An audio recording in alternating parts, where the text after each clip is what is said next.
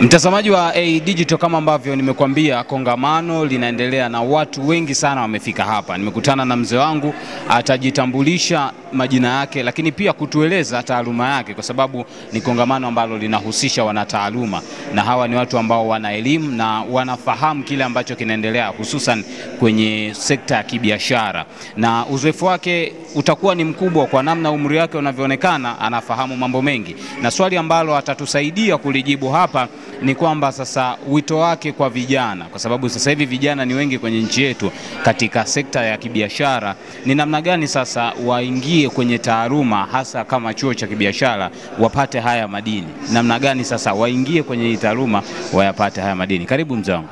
Asante sana. Nakushukuru sana ndugu mtangazaji. Mimi kwa majina naitwa Dr. Benedict Mwakabungu.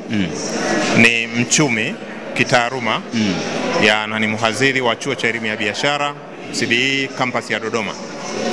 Kwa swali lako labda niende moja kwa moja. Ni kwamba kama ambavyo umesema, ni kweli kwamba vijana ndio tegemeo. Vijana ndio tegemeo katika taifa lolote, na kwa taifa letu vijana ndio wana asilimia kubwa kuliko lika lolote lile la watu katika nchi yetu, kwa mujibu wa sensa ya mwaka 2022. Ndio. Sasa vijana wanachoweza kunufaika na chuo cha elimu ya biashara ni kupitia kozi mbalimbali. Chuo cha elimu ya biashara CBE kina kozi za aina kuu, maeneo mawili makuu. Nataka niagawe katika maeneo makuu mawili. Kuna kozi za muda mfupi. Hizo ni tunaita short course, kozi za muda mfupi ambazo vijana wanaweza wakapata hizo kozi za muda mfupi kwenye masuala mbalimbali. Yanaweza ikawa ni masuala ya fedha, yanaweza ikawa ni masuala ya kibiashara, yanaweza masuala chungu zima ya kodi. Kama ni mtu ana biashara zake, anataka ajue namna gani aweze kutimiza wajibu wake wa kulipa kodi kwa serikali, na mambo mengine mengi yapo. Hiyo ni kwa upande wa short course, na ambayo chuo chetu cha elimu ya biashara kina kitengo hicho, na kimekuwa kinatoa elimu kwa wadau mbalimbali ikiwemo vijana. Na hivi karibuni, kwa kuwa chuo chetu pia kimepewa wajibu huo na serikali kupitia LATRA, ni kwamba kimekuwa kina train pia hata watoa huduma kwenye mabasi na sekta mbalimbali zinazohusiana na usafiri wa nchi kavu. Kwa hiyo vijana wana fursa hiyo pia kuja kupata elimu CBE, elimu ya muda mfupi kupitia hizo short course nazozisema. Lakini upande wa pili kuna kozi za muda mrefu ambazo tunazo kuanzia ngazi ya cheti, yani certificates, mpaka ngazi ya masters. Masters tunayo hiyo, kwa maana ni degree ya pili tunasema. Kwa hiyo mtu anaweza akaja kwa ngazi ya cheti akajiunga na CBE, au akajiunga na CBE kwa ngazi ya diploma, akajiunga na CBE kwa ngazi ya bachelor ama masters. Na humo pia kuna kozi za aina mbalimbali. Kiingia kwenye website pia utaona kozi zetu nyingi sana. Kwa hiyo mtu anachagua niende kwenye kozi gani. Kwa hiyo chuo cha elimu ya biashara kinatoa hizo fursa kwa vijana ili waweze kupata maarifa yatakayowezesha ama kuajiriwa au kujiajiri.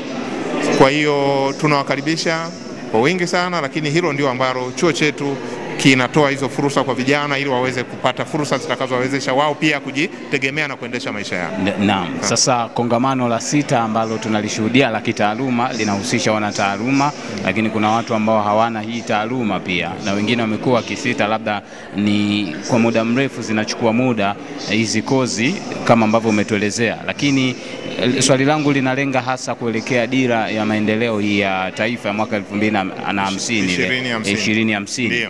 Ni namna gani sasa serikali iwape nguvu makongamano kama haya ambayo yamefanywa na CBE kwa ajili ya kuwa encourage hawa vijana waweze kushiriki? Nashukuru sana. Umeuliza swali nzuri sana. Kwa sababu hii dira, kumbuka dira ya taifa ni ya miaka 25. Hii dira ya muda mrefu.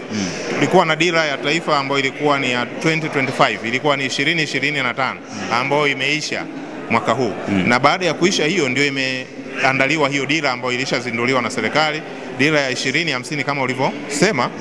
Sasa nini kwamba kupitia kongamano hili na nini serikali labda inaweza kufanya. ni kwamba serikali imeshafanya kwa kutengeneza mazingira hayo ya wezeshi, mazingira wezeshi kwa ajili ya kuwawezesha wadau mbalimbali ikiwemo vijana kuweza kunufaika na fursa. Sawa, kwa sababu serikali imefanya hiyo, imetengeneza hayo mazingira, lakini ina bajeti kwenye wizara mbalimbali ambazo hizo bajeti zinalenga kumkwamua kijana kutoka kwenye mkwamo. Sawa, mkwamo wa kiuchumi. Ya, sasa sisi kama taasisi ya CBE wajibu wetu ni nini? Na kupitia kongamano la leo, sawa, kongamano hili la 6 la kitaaluma, ni kwamba tunafanya tafiti mbalimbali, na hizo tafiti tunazozifanya zinalenga kutatua changamoto, na ambazo hizo changamoto pia zinagusa maisha ya kiuchumi ya kijana.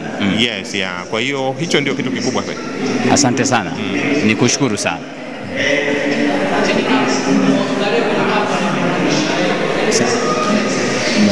Nikushukuru sana. Asante sana, ninashukuru sana.